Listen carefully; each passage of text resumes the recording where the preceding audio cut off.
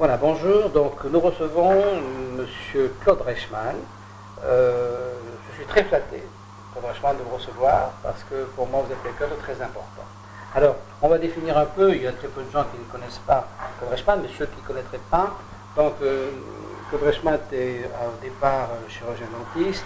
Très rapidement, tout à fait au début de sa vie, il est syndicaliste et il s'intéresse d'une manière très proche à l'économie et tout particulièrement à la sécurité sociale et tout particulièrement donc au système de fonctionnement de notre médecine et ça depuis bientôt 50 ans. Et il est le premier à avoir perçu que l'Europe pourrait être un moyen d'essayer de donner un peu d'oxygène à cet espace dont on va parler et qui effectivement ne fonctionne pas. Alors donc, merci d'être venu. Merci à vous. Donc, parlez-nous un peu du début de ce combat, du début, quand vous avez pris conscience que c'était très important, qu'il fallait se battre, et comment vous avez fait au départ? Eh bien, ça a commencé par la première feuille de sécurité sociale que j'ai aperçue. C'est-à-dire que quand j'ai vu cette feuille, que quelqu'un me brandissait, un patient, je me suis dit, mais nous ne sommes plus deux. Le patient et moi, dans ce fameux colloque singulier dont on parle en médecine, nous sommes trois. Il y a quelqu'un, parce que si c'était une simple feuille, bien entendu, on l'aurait remplie sans autre forme de procès.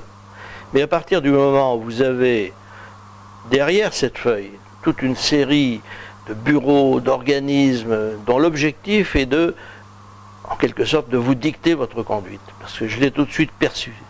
Donc à partir de ce moment-là, j'ai su que la sécurité sociale serait non pas un partenaire, mais obligatoirement un adversaire, car son emprise ne pouvait manquer d'augmenter régulièrement. Quand j'ai commencé ma carrière, nous n'étions pas très loin du fameux décret du 12 mai 60 qui a en quelque sorte créé le système moderne de relations, quand je dis moderne, enfin contemporain, de relations entre la sécurité sociale et les praticiens. Et donc, c'était ses débuts, et les gens ne se méfiaient pas beaucoup. Pas plus qu'on ne se méfie d'une menace qui paraît légère et incertaine. Mais il se trouve que j'avais peut-être un peu plus de lucidité que mes confrères, et je me suis tout de suite aperçu que ces gens-là allaient nous rendre la vie extrêmement difficile, parce qu'au-delà des principes qui étaient les nôtres, c'est-à-dire les principes déontologiques de la médecine, il y avait toute une série de principes différents que la sécurité sociale véhiculait, et qui étaient tout simplement le fait que l'intérêt de la sécurité sociale primait largement sur celui des patients. Mais c'est-à-dire que la sécurité sociale arrivait masquée dans la mesure Exactement. où elle arrivait en laissant croire qu'elle était une assurance qui permettait de répartir le risque santé à l'ensemble de la population. Alors c'est là que c'est tout à fait, et c'est d'ailleurs toujours de cette façon masquée qu'avance la sécurité sociale, on est bien d'accord là-dessus. Alors ça c'est assez intéressant. Alors, de votre point de vue, enfin, ce que j'ai cru comprendre de votre combat, c'est que vous, très clairement, vous voudriez, enfin, vous pensez que cette assurance collective, quant à la santé, pourrait être parfaitement privée. On est dans l'espace privé. Donc on devrait avoir, il y aurait bien toujours trois personnes, mais il y aurait le malade, le médecin et l'assurance, qui, si j'ai bien compris votre raisonnement, serait une assurance libre. On pourrait avoir l'obligation de la prendre de manière à ce qu'on n'ait pas des gens imprévoyants, ensuite que la collectivité aurait à charge, mais dans cette obligation de la prendre, comme pour la voiture, on aurait le choix de l'assureur. C'est bien ça votre position? Alors c'est exactement cela, à ceci près quand même que l'idée que la sécurité sociale serait un assureur est une idée fausse, tout simplement parce que la sécurité sociale demande des cotisations fondées sur votre revenu et non pas sur le risque assuré. À partir de là, elle devient un impôt. Or, dès qu'elle est un impôt, elle n'est plus un assureur. C'est comme si demain, vous avez le même revenu que votre voisin et vous avez la même voiture. Bon, dans ce cas-là, vous paierez votre assurance exactement de la même façon. Mais si vous, votre voisin, a un revenu largement supérieur au vôtre, la même voiture sera assurée, entre guillemets, pour 2 fois plus cher. Donc, ce n'est pas une assurance. L'assurance doit être neutre. Bien sûr. Voilà. Bien sûr, mais c'est pour ça que je disais que la sécurité sociale avance masquée, puisqu'elle fait croire. Elle fait croire. Et elle n'est pas une assurance. En aucun cas, elle est un impôt redistributif. Alors, dans cette notion de solidarité qu'apporterait soi-disant la sécurité sociale, il y a quand même un énorme gouffre dans la mesure où ce n'est pas tous les Français qui paient la sécurité sociale. Quand bien même, si on acceptait cette idée que la sécurité sociale serait une assurance d'État, etc., en admettant qu'on accepterait cette idée, de toute façon, quand la sécurité sociale prélève des cotisations au titre de la solidarité, tout le monde ne le paye pas, puisque c'est payé sur les salaires. Mais il y a une partie aussi sur les revenus par la CSG. Oui, c'est-à-dire qu'on a ajouté, comme les salaires ne suffisaient pas, on l'a ajouté en 1990. C'est Michel Rocard qui a créé la CSG, donc en 1990, ce qui a permis aujourd'hui à la sécurité sociale de survivre encore financièrement, car sans la CSG, elle se serait effondrée depuis très longtemps. Donc dans ce combat que vous menez, qui est parfaitement respectable, j'ai eu l'occasion d'assister à une de vos réunions, vous faites des réunions dans toute la France. S'il y en a une près de chez vous, je vous conseille d'y aller parce que c'est très intéressant. J'ai trouvé ça très intéressant, mais j'ai constaté deux choses. Je vais vous dire quelque chose d'assez amusant, on retire du mal de personne, mais il y a un garçon que j'aime bien qui s'appelle Alexandre Jardin. Alexandre Jardin, un garçon que j'ai connu quand il avait 20 ans, qui est un homme que j'aime bien. Et la même semaine, à Montpellier, vous avez, Alexandre Jardin a fait une manifestation, enfin a reçu à l'occasion de son livre, et vous-même avez fait une... Alors, ce qui était assez invraisemblable, c'est qu'à la réunion d'Alexandre Jardin, la moyenne d'âge, c'était 75 ans, et à la vôtre, la moyenne d'âge, c'était 35 ans. Oui. J'ai trouvé ça très amusant, parce que Oui, donc c'était finalement les sujets quand même qui donnent oui, l'âge. bien Ça sûr. veut dire qu'Alexandre Jardin était dans une... Pourtant, il est plus jeune que moi. Et oui, mais c'est ça qui est amusant, il est bien plus jeune que vous. Oui, oui. Alexandre Jardin, il a 40 ans, il a Voilà, des enfants. c'est ça. Et donc, si vous voulez, le problème, c'est que son sujet, c'était une économie équilibrée, une économie, enfin, c'était le sujet bateau, ce qu'on appelle les bobos. Et vous, le sujet, c'était le scandale de la sécurité sociale, de cette fausse assurance qui est en fait un faux. Et donc, vous aviez toute la jeunesse active de Montpellier, des gens qui étaient entre 25 et 40 ans, et lui, il avait tous les vieux. Alors ça, j'avais trouvé ça tout à fait amusant. Oui, c'est la première fois que le combat est quand même dans le sens de la jeunesse. Oui, d'autant plus que je me permets d'insister sur cet aspect des choses. Les gens qui viennent à ces réunions sont des gens qui ont des entreprises ou qui sont en train de les monter, et ces entreprises sont en danger à cause des charges sociales. C'est-à-dire que nous, notre action est vraiment sur le terrain, c'est une aide que nous apportons aux chefs d'entreprise pour pouvoir continuer leur entreprise. Alors, là, ça nous amène à la question que je voulais vous poser, une autre question qui concerne donc les gens qui vous suivent. Alors, donc, les gens qui vous suivent, évidemment, sont très décriés, puisque vous avez conscience quand même que vous rendez service aux entreprises, et même, je pense que c'est leur survie qui est en jeu, mais qu'en même temps, il y a toute une caste de la population qui est de l'autre côté et qui vit sur le fruit. Oui. Bon. Et que donc, quand si on décide de sauver les entreprises, une partie de ces gens-là périront. Il va falloir choisir. Alors évidemment, ils périront, ou du moins verront leur système de vie complètement différent. Alors, ça crée un combat d'ordre politique, sociologique, évidemment. Et quand vous avez des gens qui vous adorent et qui vous admirent, mais vous avez des gens qui vous haïssent. Vous avez les deux. C'est vrai, c'est vrai. Un garçon si gentil comme moi. Oui. C'est vrai. Alors, parmi ces gens qui ne vous aiment pas, évidemment, il ne manque pas de dire des choses assez désagréables. Parmi les choses qui sont véhiculées, il y en a deux qui, moi, auxquelles je voudrais que vous répondiez. La première, c'est sur les risques juridiques, prétendent-ils, inconsidérés, que courent ceux qui vous suivent. Alors, moi, je donne ma version. J'ai, avec attention, regardé tous les textes que vous mettez en avant, toute la logique juridique que vous mettez en avant, et j'ai en même temps vu l'absence ou le peu de résultats juridiques, justement, des magistrats. Donc, il est clair que aujourd'hui, les magistrats suivent en grande partie, quand on va au TAS, en grande partie suivent la logique gouvernementale.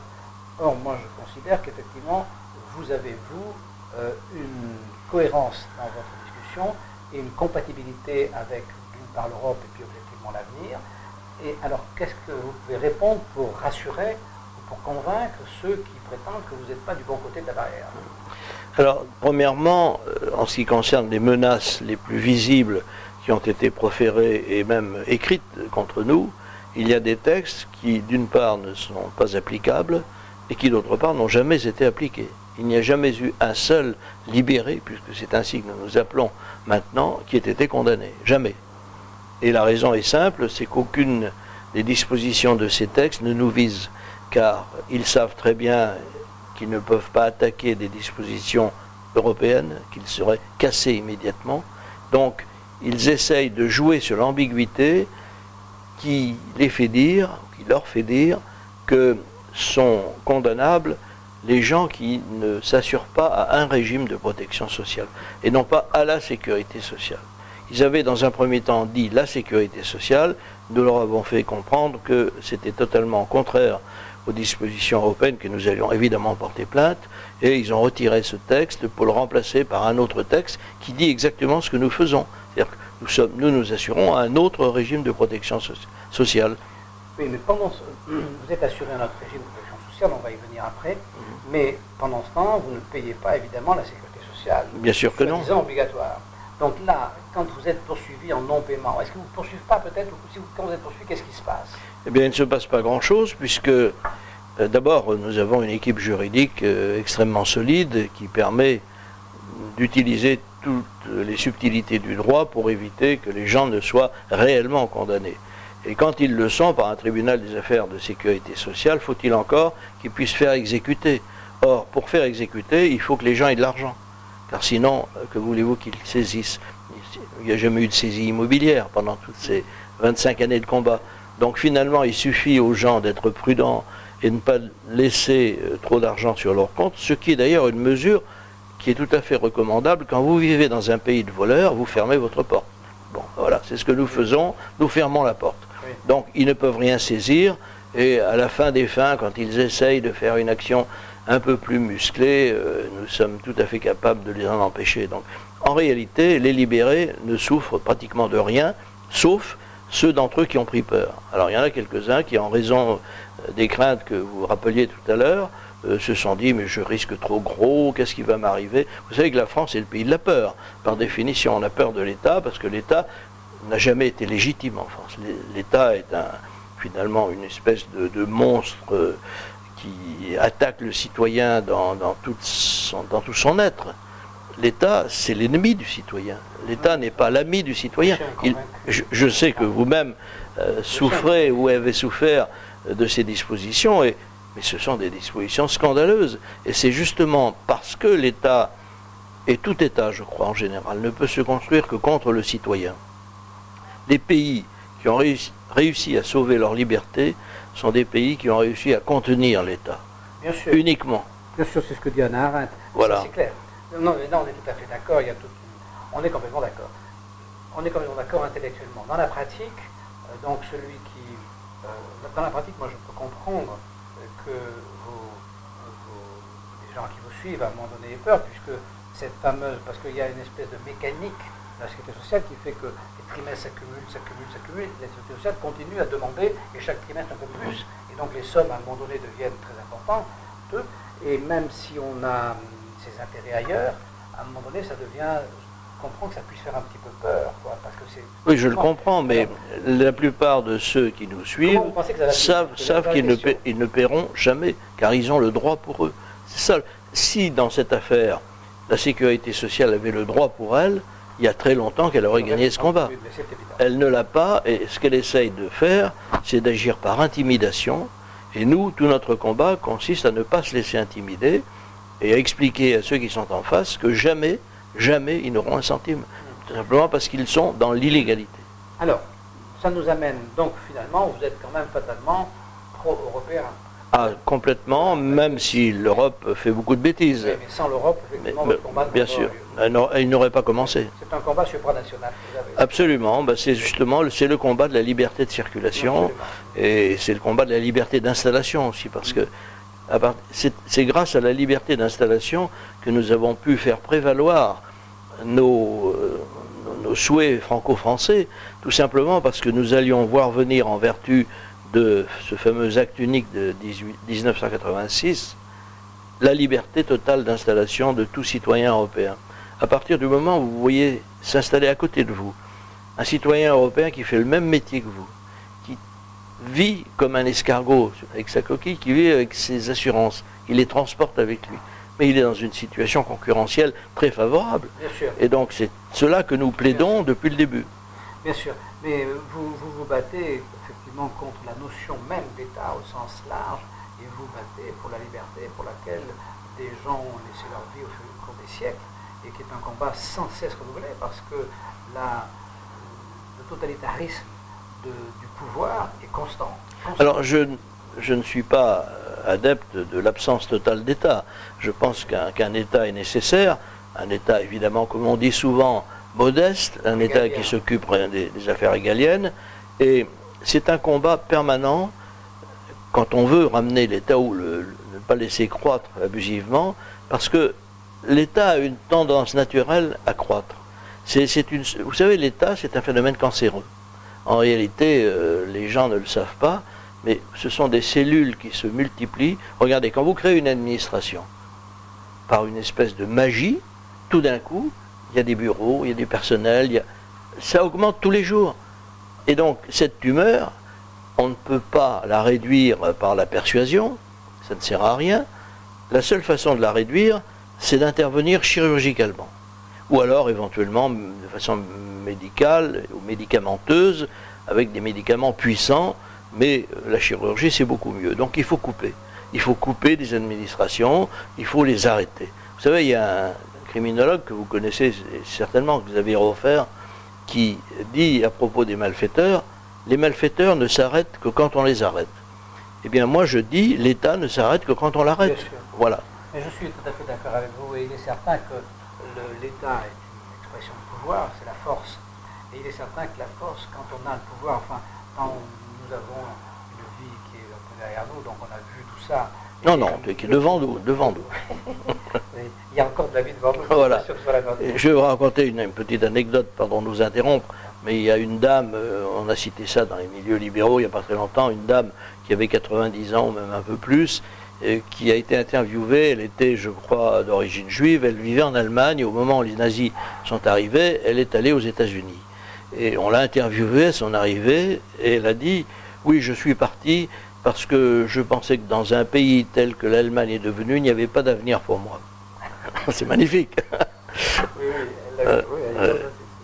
alors, donc, le dernier point, si vous voulez, oui, alors j'avais commencé à vous parler du pouvoir, et dans une vie normale, on a de temps en temps le pouvoir, et dès qu'on l'a, moi, si vous voulez, le pouvoir, c'est comme une pierre brûlante.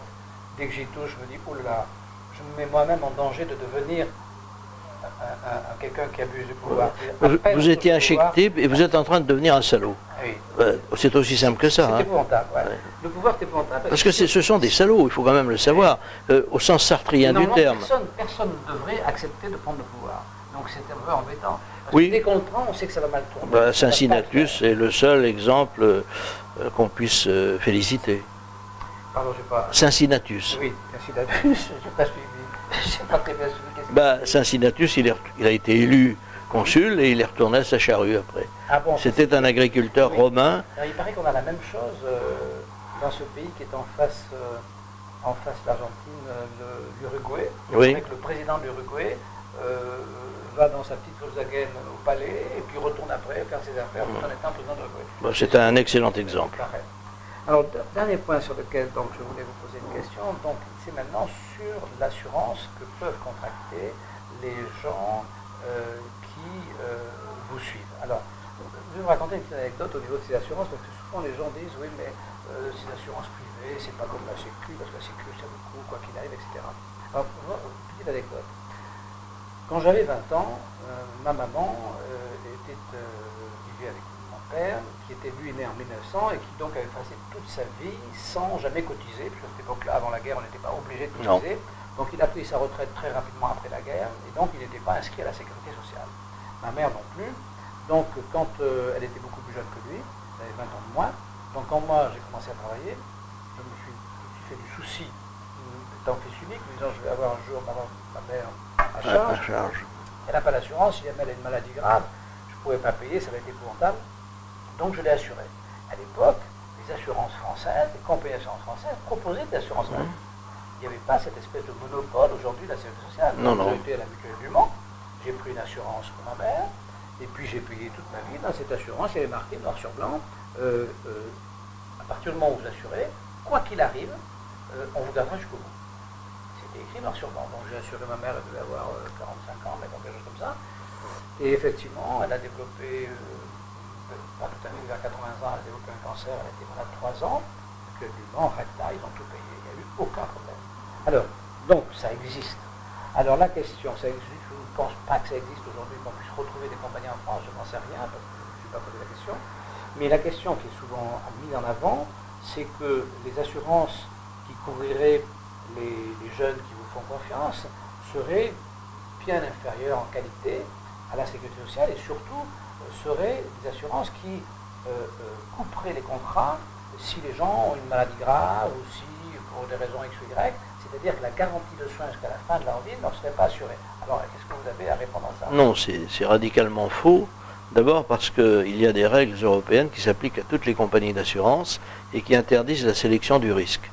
Premier point. Donc on ne peut pas chasser quelqu'un d'une assurance, quelqu'un qui deviendrait malade, premièrement. Deuxièmement, vous parliez des assurances françaises. Sachez que si les assurances françaises n'assurent pas actuellement les gens qui ne veulent pas être à la sécurité sociale, c'est parce qu'ils ont un monopole. Elles ont un monopole. Figurez-vous que toutes ces assurances sont regroupées dans un cartel qui s'appelle la RAM, la Réunion des assureurs maladie, qui comporte tous les assureurs français. Et ils ont 6 millions d'assurés monopolistiques, car c'est eux qui régissent le RSI. Eux et les mutuelles également. Donc vous avez un véritable cartel qui, au moment où les directives sont apparues, a commencé par désinformer en disant les directives ne concernent pas les assurances, etc. Mais si demain, au lieu de voir un RAM, vous voyez la liste des assureurs, mais vous auriez un éclair, les gens diraient mais la sécurité sociale, ce sont donc des assureurs privés? Mais oui, c'est ça, ce sont des assureurs privés. Oui, donc nous adressons... Je suis émerveillé bah, oui, mais d'apprendre ça. nous adressons à des assureurs étrangers, d'abord pour bénéficier de ce que l'on appelle l'effet transfrontalier, qui vous garantit beaucoup, parce que la Commission européenne veille de très près à ce que les règles transfrontalières soient respectées, même si elle ne veille pas beaucoup à ce que les règles soient respectées en France. Mais dans le principe, on bénéficie quand même du plein effet des directives européennes et des dispositions européennes. Et deuxièmement, tous ces assureurs sont réassurés. Les principaux assureurs qui nous assurent sont réassurés soit par les Lloyds, qui est le plus grand réassureur mondial, soit par Munich Re, qui est un autre très grand réassureur mondial, soit par d'autres. Donc ces assurances offrent les meilleures garanties possibles en termes d'assurance, alors que la sécurité sociale ne vous offre que la garantie de ses déficits. C'est-à-dire que les déficits de la sécurité sociale appellent tout de suite l'intervention de l'État qui essaye de les combler. Jusqu'à présent, le système ne tient que comme ça. Mais si demain, l'État n'a plus les moyens de combler ses déficits, que ce soit pour les retraites ou pour la maladie, vous allez avoir un système qui va s'effondrer, c'est-à-dire que les assurés sociaux qui se croient actuellement protégés ne le sont pas. Bien sûr. Car monsieur Woerth, qui était ministre à l'époque, a quand même brillé par un moment de sincérité, de lucidité, lorsqu'il a déclaré, il était ministre des Affaires sociales, donc c'était dans les années 2008-2010, si je me souviens bien, il a déclaré, à partir du mois de septembre, on paye les retraites à crédit. Est-ce que vous vous rendez compte de l'effet que devrait produire sur les Français une telle parole? Comment? 4 mois à crédit? Mais si demain on n'a plus de crédit, que va-t-il se passer? Mais il ne va rien se passer du tout, sauf que vous n'aurez plus de retraite, ou en tout cas pas au même niveau. On est dans l'espace de ce qu'on appelle les craintes irraisonnées, c'est-à-dire que la particularité de l'homme, c'est qu'il a peur de choses qui ne puissent pas la fin. C'est l'histoire du ciel qui tombe sur la tête des Gaulois. Oui. L'homme a la plupart du temps peur de choses qui sont absolument inexistantes, et par contre il ne s'inquiète pas de choses parfaitement existantes. Voilà. C'est une difficulté de bien saisir de quoi on doit avoir peur ou non. Bien écoutez, M. Reichmann, d'abord je vous remercie infiniment. Donc tout ça a été très clair. Votre combat est tout à fait exceptionnel. Mais il vient de connaître, si je peux me permettre avant qu'on termine, un rebondissement très heureux, car pour la première fois, un homme politique français, M. Frédéric Lefebvre, qui est un ancien ministre donc, du gouvernement de M. Sarkozy, député européen, député français, des Français de l'étranger, vient de prendre position très claire en disant il y a une directive européenne qui permet aux Français de quitter la sécurité sociale, le RSI, etc. Donc c'est la première fois qu'un homme politique le dit, et ça va avoir des effets extrêmement puissants, car tout notre combat s'est heurté jusqu'à présent au mensonge d'État. Le jour où quelqu'un qui fait partie de l'État, ou qui en a fait partie, et qui en fait partie puisqu'il est député, vient dire la loi vous permet de le faire, c'est une novation extraordinaire.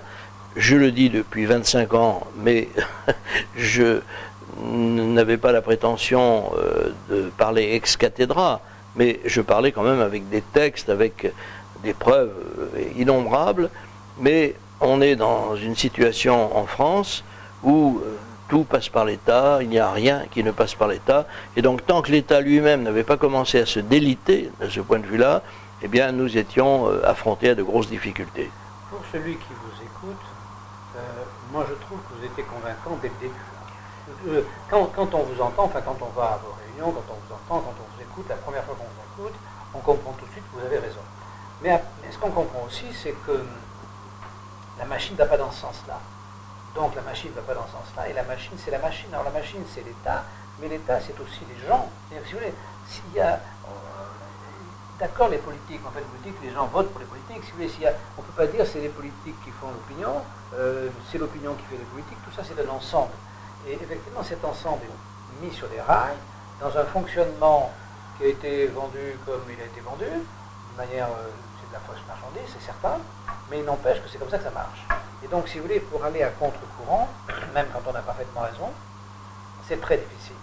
Et votre combat était très difficile. Alors, effectivement, ce monsieur, et peut-être que vous allez pouvoir me faire donner un scoop, là, parce que ce monsieur Lefebvre, dont j'ai vu passer les déclarations, qui m'ont effectivement apporté le même sentiment de satisfaction qu'à vous, ce monsieur Lefebvre, est-il quelqu'un qui combat à partir de vos idées et qui est je dirais, un ami coopté, ou est-il un ami de l'ennemi qui comprend qu'il va falloir commencer à changer de discours et qui envoie un pion commencer à en parler pour voir ce que ça va donner? Alors il est à quel endroit ce monsieur? Non, je pense que c'est un homme qui est sincèrement libéral, Oui. qui souhaite ne pas placer son combat sur le plan idéologique, mais sur le plan du malheur que fait le RSI à tous ceux qui en souffrent.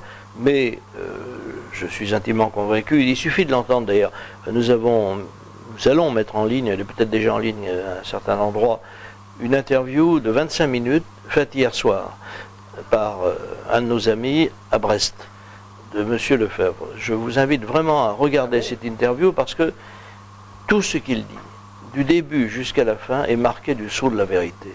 Et celui qui le commente, à savoir moi-même dans votre émission, est quand même pas trop mal placé pour essayer de juger de la rectitude de ses propos. Non, j'ai été vraiment très surpris, non pas des propos eux-mêmes, puisqu'il les avait déjà tenus, mais de l'extraordinaire rectitude de son raisonnement. Il est totalement dans l'idée que ce système est très mauvais, qu'il fait du mal, que l'Europe a adopté des mesures de liberté, et qu'il y a bien une directive européenne, il le dit, qui permet de le faire. Donc à partir de là, il ajoute, il faut ouvrir un débat français, désormais. Et c'est ce débat qui nous a toujours été refusé et qui va s'ouvrir. Alors, pour répondre à votre question de manière aussi claire que possible, je suis tout simplement persuadé que nous sommes arrivés au moment où un certain nombre de personnes deviennent tout d'un coup conscientes que ça ne peut plus durer. Il n'est pas envoyé par le système pour essayer d'améliorer les choses, parce que sinon, il ne proposerait pas la liberté. Il proposerait une amélioration, comme on dit, c'est-à-dire des mesures parfaitement illusoires. D'ailleurs, qu'il critique d'ailleurs lui-même fortement, en disant qu'il n'a pas voté d'ailleurs les quelques mesures... Moi, je ne connais pas ce monsieur, mais oui. Je l'ai vu en photo, bien sûr, oui. J'ai vu ses déclarations, mais je dis ça, c'est pas du tout une plaisanterie, mais ce monsieur, sur ce thème-là, plus sur le thème de l'impôt, mais il a suffisamment de temps pour devenir président de la République. Ah, mais je pense que... Parce que c'est vraiment... C'est son projet, puisqu'il est candidat aux primaires de la droite, je ne sais pas comment on appelle ça, la droite et du centre. Les primaires, vous savez, dans ces combats, vous avez fait de la politique, vous êtes présenté pour être président de la République, Vous savez bien comment ça se fait, ces primaires, c'est du pipeau, parce que c'est des votes à des adhérents. C'est des gens qui sont déjà complètement lobotisés. C'est pas des gens libres. La France, c'est pas fait. Théoriquement, non, puisqu'il semble que ces primaires, d'après ce que j'ai cru comprendre, seraient ouvertes, c'est-à-dire qu'il suffira de dire qu'on adhère aux valeurs Vous signez, hein. Oui, signer, et qu'on donne 2 €, ce qui est quand même une somme qu'on peut arriver à avancer, malgré l'état de décrépitude de la France. Mais ce qui est sûr, c'est que, pour nous, le débat va s'ouvrir. Or, ce dont nous avons souffert pendant toutes ces années, c'est en plus d'une censure de la presse, qui est invraisemblable. Nous avons vécu par sa mise date interposée. Est-ce que vous êtes prêt, Claude Reichmann, est-ce que vous êtes prêt à faire sacrifice de votre personne? C'est-à-dire que quand le débat va s'ouvrir, il va s'ouvrir, puis il y a des gens qui vont se l'approprier, et puis dans 5 ans, quand il aura été ouvert et en train de se solutionner, on vous aura oublié.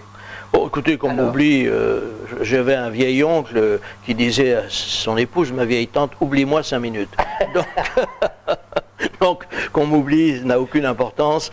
Ce qui est sûr, c'est que pour moi, ce qui comptera, c'est d'avoir réussi à donner à la France un nouveau système social qui permette d'une part d'être bien protégé et d'autre part qui permette à l'économie de fonctionner. Pour le reste, vous savez... Claude Reichmann, merci. Merci à vous. Attachant, et ce que vous dites est de très bonne qualité. Et si vous avez là la joie, le plaisir, au bout de toute cette année de lutte, de voir les choses se concrétiser, ça va être un grand moment de bonheur et je vous le souhaite sincèrement. Merci beaucoup. Bien, nous vous disons au revoir, à bientôt.